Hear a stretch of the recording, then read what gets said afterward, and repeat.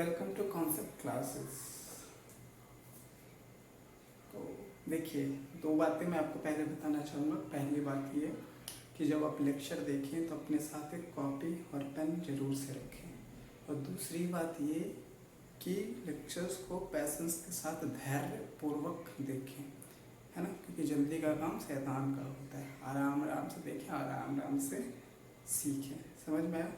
तो आज हम लोग क्या स्टार्ट करेंगे? आज हम लोग स्टार्ट करेंगे 10th का chapter 1 real numbers.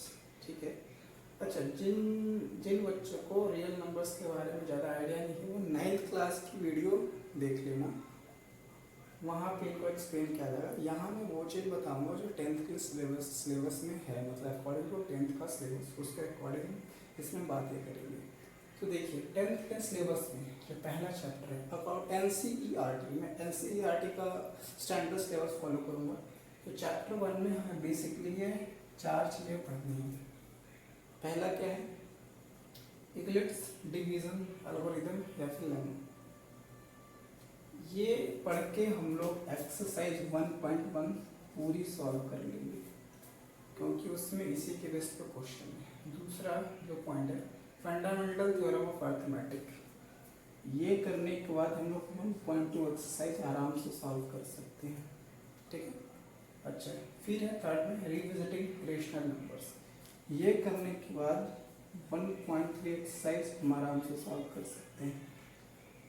Revisiting rational numbers and their decimal extension, ये करने के बाद हम 1.4 एक्सरसाइज आराम से कर सकते हैं।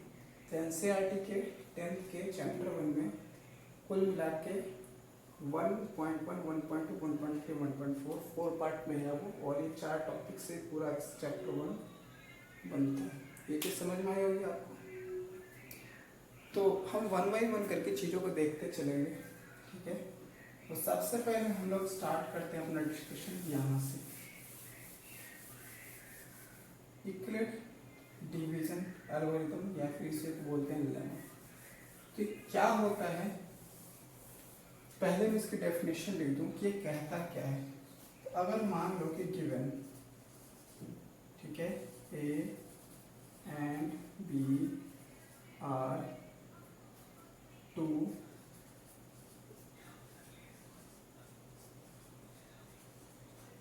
पॉजिटिव इंटीजर्स, अगर ये दो पॉजिटिव इंटीजर्स हैं तो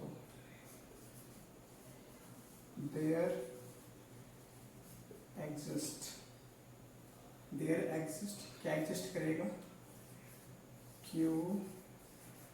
एंड R, ठीक है, 2 नंबर्स satisfying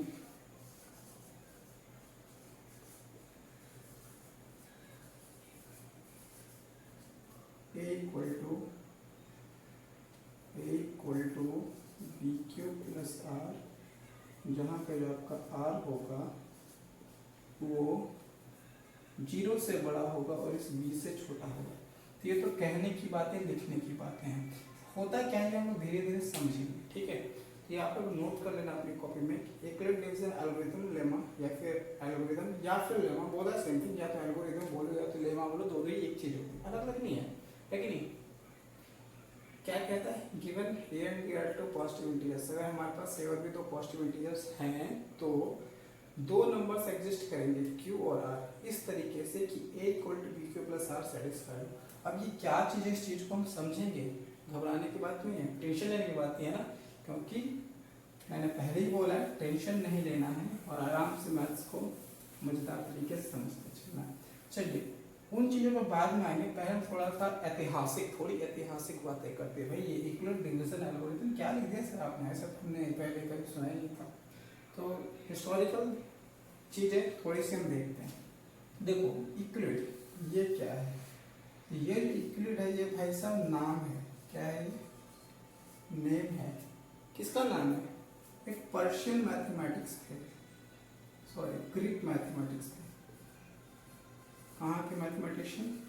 मैथमेटिक्स नहीं, मैथमेटिशियन, ग्रीक मैथमेटिशियन। एक ग्रीक मैथमेटिशियन थे उनका नाम था यूक्लिड, उनके नाम से आया है यूक्लिड्स। समझ में? अभी ग्रीक क्या है? तो ग्रीक को लोग ग्रीस भी बोलते हैं, ग्रीक, ग्रीस है ना, जो लोग ग्रीस के होते हैं उन्हें ग्रीक बोला जाता है। समझ में आया? अच्छा, अभी एल्गोरिदम क्या है? एल्गोरिदम क्या है? तो देखिए, एल्गोरिदम होता है set of well defined rules. क्या होता है? Set of well defined rules, जिसे फॉलो करके हम किसी भी सम को, किसी भी सॉल्यूशन को सॉल्व करते हैं, मतलब करते हैं, किसी भी सॉल्यूशन को करते हैं जिन स्टेप्स को फॉलो करके, वो होता है एल्गोरिदम। समझ में आया? अब ये कहाँ से आया, कैसे आया, जब इसके बारे में जरा हम लोग स्टडी करते हैं। उनका नाम लोग बहुत बड़ा सा है, वो थे पर्शियन मैथमेटिशियन। कहाँ के? पर्शियन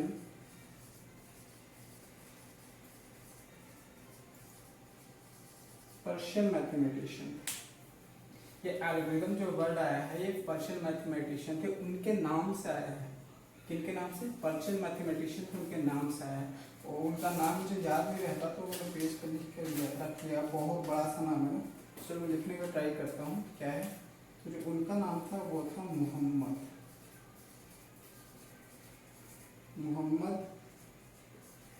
इब्न मूसा अल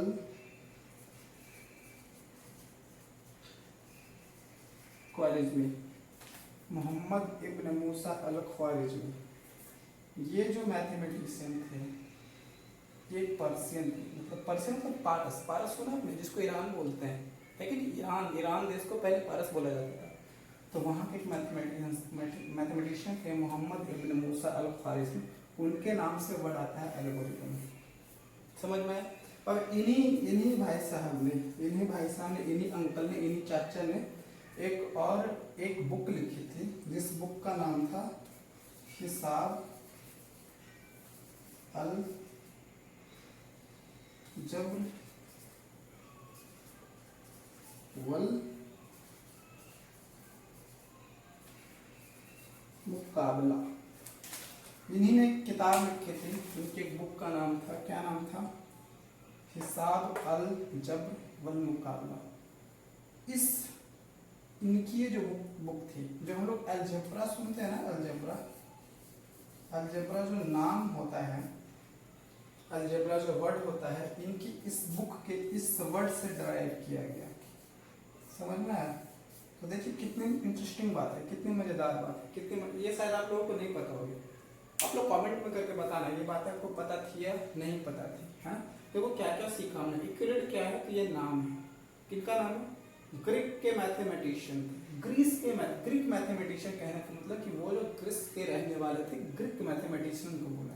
अच्छा, इन्हीं यूक्लिड को ना, जो यूक्लिड भाई साहब हैं, इन्हीं को, यूक्लिड चाचा जी को हम लोग क्या बोलते हैं? इन्हीं यूक्लिड हम लोग क्या बोलते हैं? कहाँ लिखूं? चलो यहाँ लिखता हूँ। यूक्लिड जो है, इन्हीं को हम लोग फाउंडर ऑफ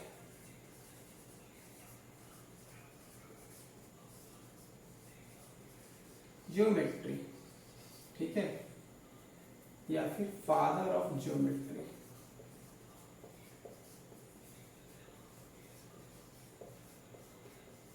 बोलते हैं। समझ में आया? किन्हें बोलते हैं? यूक्लिड को फाउंडर ऑफ ज्योमेट्री होता है ना, एक टॉपिक, एक ब्रांच है मैथमेटिक्स की, geometry is a branch of mathematics. तो इसके फाउंडर या फिर इनके फादर यूक्लिड को बोला जाता है। तो देखिए कितनी इंटरेस्टिंग बातें थी यहाँ पे। खैर पेपर में आप लोगों से ये सब चीज़ें नहीं पूछी जाएगी, मैथमेटिक्स के पेपर में कहाँ पूछी जाएगी, जनरल नॉलेज के पेपर में हो सकता है ये बातें आप लोगों से पूछी जाए, लेकिन ये जानना जरूरी है क्योंकि इससे इंटरेस्ट डेवलप होता है हमारा। ठीक है, फिर से एक बार मैं एक्सप्लेन कर देता हूँ सारी चीज़ें है क्या मैंने बताया। तो यूक्लिड्स डिवीजन एल्गोरिथम लेमा, इनमें जो वर्ड आए उनका मतलब मैंने समझाने का ट्राई किया। यूक्लिड नाम था कि इनका ग्रीक मैथमेटिशियन थे उनका, और इन्हीं यूक्लिड को हम लोग फाउंडर ऑफ ज्योमेट्री या फिर फादर ऑफ ज्योमेट्री के नाम से भी जानते हैं। बहुत इंपॉर्टेंट बात है ये। अच्छा, उसके बाद है एल्गोरिदम क्या है? तो set of rules, set of steps, जिसे फॉलो करके हम लोग आंसर तक पहुंचते हैं उसे बोला जाता है एल्गोरिथम, है ना। अभी एल्गोरिथम वर्ड कहाँ से आया, तो हमारे पास एक पर्शियन मैथमेटिक्स थे, पर्शियन जिसे अभी फिलहाल हम लोग ईरान बोलते हैं, पहले उसे पारस बोला जाता था।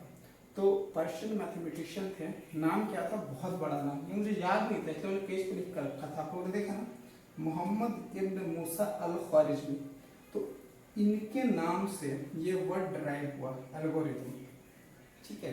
अच्छा, उसके बाद इन्हीं चाचा ने, मोहम्मद इब्न मूसा अल ख्वारिजमी ने एक किताब लिखी, हिसाब अलजब्र वल मुकाबला। इनकी जो बुक का ये नाम था अलजब्र, यहीं से एक वर्ड डराइव होता है अलजब्रा, और अलजब्रा भी अपने आप में एक मैथमेटिक्स की ही ब्रांच होती है। ये चीज़ आपको समझ में आई, चलिए बहुत अच्छा। अब आगे की स्टडी हम लोग शुरू करते हैं। इतना तो हम लोग ने सीख लिया, ये हमने सीखा इसके पीछे का हिस्ट्री वाला बैकग्राउंड क्या था।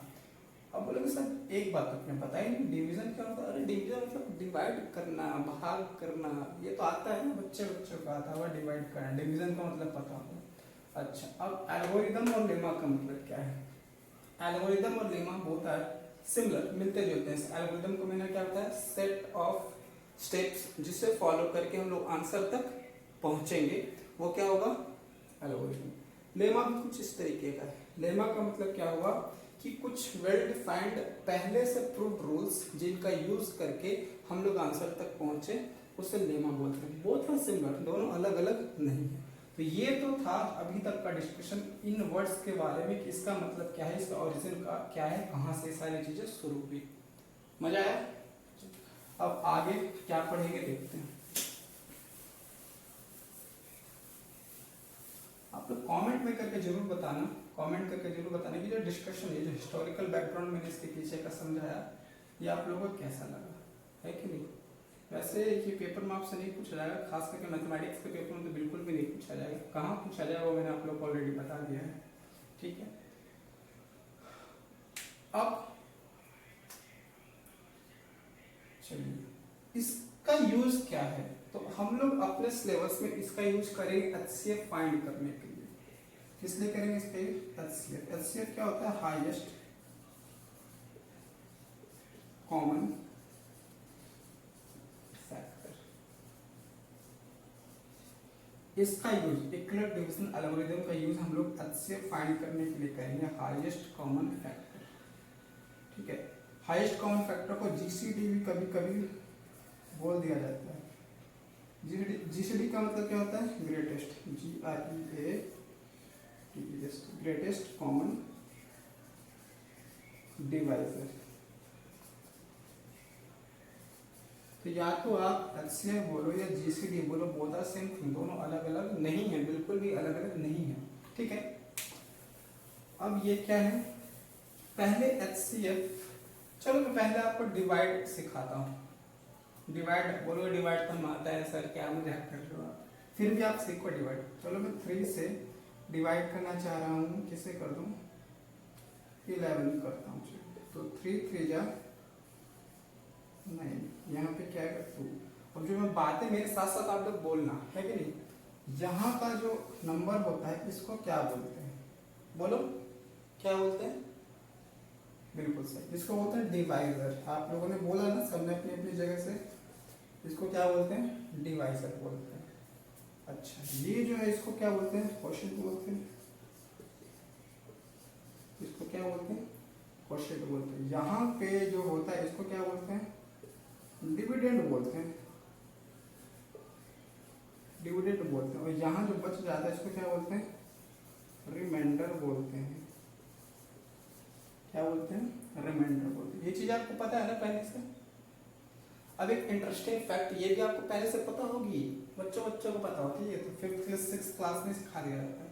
अगर मैं इसका मल्टीप्लाई करके उसमें ये ऐड कर दूं तो हमें ये मिलता है, क्या बोला मैंने, अगर इसका मल्टीप्लाई करके ये ऐड कर दूं तो ये मिलता है, ऐसा ही होता है। चेक करते हैं, 3 into 3, वो मेरा मार्क कर गिर गया, 3 into 3 plus 2, 3 into 3 क्या होता है 9, plus 2 कितना होता है 11। अरे वाह, ये तो जादू हो गया, ये आ गया ना डिविडेंड। मतलब ये देख के हम एक अपने तरफ से फॉर्मूला भी रिलेट कर देते हैं सबको मिला जुला के। जो डिविडेंड होता है, जो डिविडेंड होता है वो क्या होता है, वो होता है डिवाइजर और क्वोशंट को आप मल्टीप्लाई कर दो सर, और इसमें फिर क्या करो कि रिमाइंडर को ऐड कर दो। ऐसा करने से डिविडेंड मिल जाएगा। ये चीज समझ में आई आपको? अब एक बहुत ही इंटरेस्टिंग चीज बताता हूँ मैं। चलो देखो, ये बातें आप लोग देखते होंगे लेकिन कभी गौर नहीं किया होगा इस बात पे। वो क्या है, अगर मैं ये नोट करते जाना, तो मैं बोल नहीं रहा हूँ नोट करने के लिए, जो आपको जरूरी लगे वो चीज नोट करते चलना। समझ में आया? जो चीज आपको जरूरी लगे वो आप क्या करना, नोट करते चलना। ठीक है। एक अब बहुत इंटरेस्टिंग फैक्ट जिसको आप लोग देखते होगे समझते नहीं होगा, देखा होगा लेकिन कभी गौर नहीं किया होगा उन चीजों। डिवाइड में ही देखो कितनी इंटरेस्टिंग सी चीज है। मैं बात करता हूँ इस रिमाइंडर के बारे में। यहाँ का जो नंबर है ये क्या हो सकता है, क्या रिमाइंडर यहाँ के नंबर से, दैट मीन्स डिवाइजर से कभी बड़ा हो सकता है क्या? अरे नहीं, बड़ा होगा तो फिर आगे डिवाइड करेंगे ना, और है कि नहीं? तो दैट मीन्स व्हाट, हमें एक चीज ये पता चलता है कि यहाँ का जो नंबर है, रिमाइंडर जो होगा वो हमेशा हमेशा इस वाले पार्ट से छोटा होगा या तो जीरो होगा। ध्यान से सुनिए मेरी बात। ये क्या होगा, या तो इससे छोटा होगा या फिर जीरो होगा। मतलब रिमाइंडर इस केस में, अगर इस पार्टिकुलर केस में बात करूं मैं, तो 3 से डिवाइड करने, इसको मैंने डिवाइड किया, तो रिमाइंडर की पॉसिबिलिटी क्या क्या है कि वो जीरो हो सकता है। अगर 3 से डिवाइड कर रहा हूं मैं, तो रिमाइंडर क्या क्या आ सकता है, जीरो हो सकता है, 1 हो सकता है, 2 हो सकता है। अगर 3 से डिवाइड किया जाए तो रिमाइंडर क्या क्या पॉसिबल है, किसी भी नंबर को 3 से डिवाइड किया जाए तो ये 3 ही रिमाइंडर पॉसिबल है, इसके अलावा कोई और सा रिमाइंडर पॉसिबल नहीं है। ये बात समझ में आ रही है? कितना भी बड़ा नंबर क्यों ना हो, अगर उसको 3 से डिवाइड करो तो जो रिमाइंडर आएगा वो 3 से छोटा ही आएगा। सबसे छोटा 0, 1, 2 रिमाइंडर ये हो सकता है। अगर मैं किसी नंबर को 4 से डिवाइड करूं तो क्या क्या होगा रिमाइंडर, क्या क्या हो सकता है, 0, 1, 2, 3 ये रिमाइंडर हो सकता है। समझ में आई बात? मतलब हमने यहाँ पे एक बहुत ही अच्छी चीज सीखी। अच्छा, अगर मैं इस यहाँ का जो ये रिमाइंडर, इसको स्मॉल r से रिप्रेजेंट कर दूं और इसको मैं q से रिप्रेजेंट कर दूं, ठीक है, और इसको मैं कैपिटल D से रिप्रेजेंट कर दूं, और इसको मैं किस से रिप्रेजेंट कर दूं, QR, इसको मैं स्मॉल d से रिप्रेजेंट कर दूं। ठीक है, तो अभी जब हमने फॉर्मूला देखा उसके अकॉर्डिंग हम क्या लिख सकते हैं, D इक्वल टू क्या, ये वाला D और ये वाला Q मल्टीप्लाई प्लस R। ठीक है ना? अच्छा, थोड़ा सा और चेंज करते हैं। अगर मैं इसको A से रिप्रेजेंट करूं और इसको B से रिप्रेजेंट करूं, ठीक है, और इसको R ही रहने दूं, तो क्या ये ऐसा बनेगा, A equal to BQ plus R बनेगा कि नहीं बनेगा? बिल्कुल ऐसा बनेगा। अब याद करो, जो मैंने थोड़ी देर पहले इक्वलेट डिविजन लेमा के लिए जो 2 लाइन लिखी थी उसमें मैंने ये चीज इंक्लूड की थी। अगर हमारे पास ए और बी कोई नंबर है, ए क्या था, ए ये था, और बी क्या था, बी ये था, ये तो पहले से दिए हुए थे ना। अगर ए और बी कोई नंबर है, 2 नंबर और ऐसे एग्जिस्ट करेंगे, दैट मीन्स एक क्यू मतलब ये और एक आर, 2 नंबर ऐसे एग्जिस्ट करेंगे जो कि इस रिलेशन को सेटिस्फाई करते हैं। किसे? इस रिलेशन को सेटिस्फाई करते हैं। ये क्या है, ये बिल्कुल वही है, हमने इसका मल्टीप्लाई करा, ये ऐड किया तो ये मिला। देखो, इसका मल्टीप्लाई किया, ये रहा, इसमें ये ऐड करा, क्या मिला, ये मिला, दैट मींस। ठीक है, तो यही है इक्वलेट डिवीजन एल्गोरिथम। समझ में आया? इसी को हम लोग बोलते हैं इक्वलेट डिवीजन एल्गोरिथम। फिर से वही बात। अच्छा, अगर मैं इस फॉर्म में लिखूं तो अभी हमने क्या सीखा कि ये जो r है, r दैट मींस रिमाइंडर जो है, रिमाइंडर क्या होना चाहिए, तो इस b से बड़ा होगा। किससे बड़ा होगा? इस रिमाइंडर जो है हमारा, इस b से बड़ा होगा, होगा या नहीं होगा? अरे होगा, बोलो, 20 से क्या होगा? बड़ा होगा।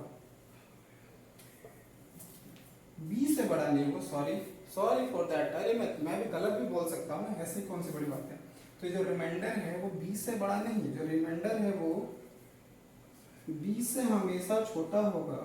मिस्टेक, गलती, देखो टीचर से भी गलती होती है, तो टीचर की गलती बताना है कि नहीं। तो जो रिमाइंडर है वो क्या होगा? 20 से छोटा होगा, और रिमाइंडर जो है वो 0 से बड़ा हो सकता है या तो 0 के बराबर हो सकता है। यही चीज अभी हमने सीखी, नहीं समझ में आएगा? अगर मैं 3 से डिवाइड कर रहा हूँ तो 3 से डिवाइड करने के बाद रिमाइंडर 3 से छोटा 2 हो सकता है, 1 हो सकता है, 0 हो सकता है। दैट मीन्स जो रिमाइंडर आ रहा है वो हमारा 3 से छोटा है ना, 3 से छोटा है, 3 से छोटा है, और या तो 0 या तो 0 से बड़ा है। यही है हमारा यूक्लिड डिवीजन एल्गोरिथम या फिर यूक्लिड डिवीजन लेमा। क्लियर हुआ? सबको समझ में आई यूक्लिड डिवीजन एल्गोरिथम या लेमा? चलो वेरी गुड। अब इसके बेस पे हम लोग क्वेश्चन कैसे करते हैं, ये बात बहुत जरूरी है समझना हम लोगों को। तो उसके पहले मैं एक सिंपल से एचसीएफ करके आप लोगों को बताता हूँ, बहुत ही सिंपल से एचसीएफ करके दिखाऊंगा, बहुत सिंपल से एचसीएफ। वो सिंपल से एचसीएफ है क्या? जैसे कि मैं यहाँ पे लिखता हूँ 12, यहाँ पे लिखता हूँ 16, और मैंने बोला कि फाइंड एचसीएफ। इसका एचसीएफ फाइंड करना है, क्या करना है? फाइंड एचसीएफ, फाइंड एचसीएफ, या फिर एचसीएफ का एक नाम मैंने अभी और बताया, जीसीडी। ये फाइंड करके दिखाओ। तो आप क्या करोगे? बचपन में सीखा ना हमने ये कि जो नंबर बड़ा नंबर कौन सा है? 16 हमारा ग्रेटर है 12 से। तो हम क्या करेंगे? 12 से 16 को डिवाइड करेंगे, 1 टाइम्स में हो जाएगा ये, और यहाँ पे 6 माइनस 2 4, 1 माइनस 1 0, वो नहीं लिख रहा हूँ। फिर यहाँ 12, ऐसे ही करते हैं ना, ऐसे नहीं आता किसी को करने, अरे ऐसे ही करते हैं। ये 12 फिर यहाँ पे आता है ऐसे, फिर 4 टाइम्स में वो 3 टाइम्स में 12, तो यहाँ पे ये 0 0 हो गया। तो जिस डिवाइजर पे रिमाइंडर 0 हो जाता है वही हमारा क्या होता है? क्या होता है? एचसीएफ होता है। तो इस पार्टिकुलर केस का जो एचसीएफ होगा वो कितना होगा? 4 होगा। दैट मीन्स 12 और 16 का एचसीएफ जो होगा वो कितना होगा? 4 होगा। समझ में आया? ये तो था जो हमारा ट्रेडिशनल मेथड जैसे हमने सीखा है। अब ये यूक्लिड डिवीजन एल्गोरिथम से इसको कैसे करते हैं तो वो जरा समझिए, इसी का यूज करूंगा मैं। अच्छा, मैं अब इसको मिटाता हूँ, स्टेप बाय स्टेप लिखने का ट्राई करता हूँ। अगर मैं इतना मिटाऊं, ये हमारा पहला स्टेप था ना एचसीएफ फाइंड करने में, तो इसमें क्या हुआ देखो 16, अगर मैं वो डिविडेंड वाले फॉर्मूले से, that means dividend equal to percent into divisor plus reminder वाला कॉन्सेप्ट यूज करूं तो इसको क्या लिख सकता हूँ? जो 16 है, क्या 16 को मैं ऐसे लिख सकता हूँ? कैसे सर, कैसे लिख सकते हो 16 पर? फिर क्या 16 को मैं ऐसे लिख सकता हूँ? 12 इंटू 1, ठीक है, और प्लस 4। हाँ सर लिख सकता हूँ ना? अरे बिल्कुल लिख सकता हूँ। और इसके आगे जब मैं कर रहा था तो मैं यहाँ से 12 लेके आया, 3 0 0। अच्छा, अब ये बोलो नया डिवाइड तो ये दिख रहा है ना, यहाँ के लिए अगर मैं लिखना चाहूँ तो क्या लिख सकता हूँ? ये 12 है, 12 इक्वल टू क्या लिखूंगा? 4 इंटू 3, 4 इंटू 3, और रिमाइंडर कितना है? 0। तो यूक्लिड डिवीजन लेमा के अकॉर्डिंग जब हम लोग एचसीएफ फाइंड करते हैं किसी भी दो नंबर का, तो वैसा डिवाइजर जिस पर रिमाइंडर 0 हो जाए वही हमारा एचसीएफ होगा। इस चीज को ध्यान से सुनिए, वैसा डिवाइजर जिस पर रिमाइंडर 0 हो जाए उसी को हम लोग क्या बोलते हैं? एचसीएफ बोलते हैं। दैट मीन्स यहाँ पे जो एचसीएफ है हमारा वो क्या हो जाएगा? 4 हो जाएगा। क्या हो जाएगा? एचसीएफ 4 हो जाएगा। समझ में आया ना? ये बहुत आसान था, इसको आप ऐसे भी समझ सकते हैं। अगर ये करके ये करना ज्यादा आसान होता है, वैसे अगर पेपर में क्वेश्चन आए तो पेपर में आपको अगर क्वेश्चन लिखा हुआ आएगा कि इसको यूक्लिड डिवीजन लेमा सब करके बताओ, तो आपको करना क्या है कि ये चीज आप रफ में ट्राई कर लो और इसके हेल्प से ये लिख लो। क्योंकि इक्विलेट डिवीजन लेमा होता यही। तो ये रहा आपका question, find HCF using Euclid division lemma. Question क्या है, 420 और 130 है, हमें क्या करना है, इक्विलेट डिवीजन लेमा का यूज करके इसके एचसीएफ फाइंड आउट करना है।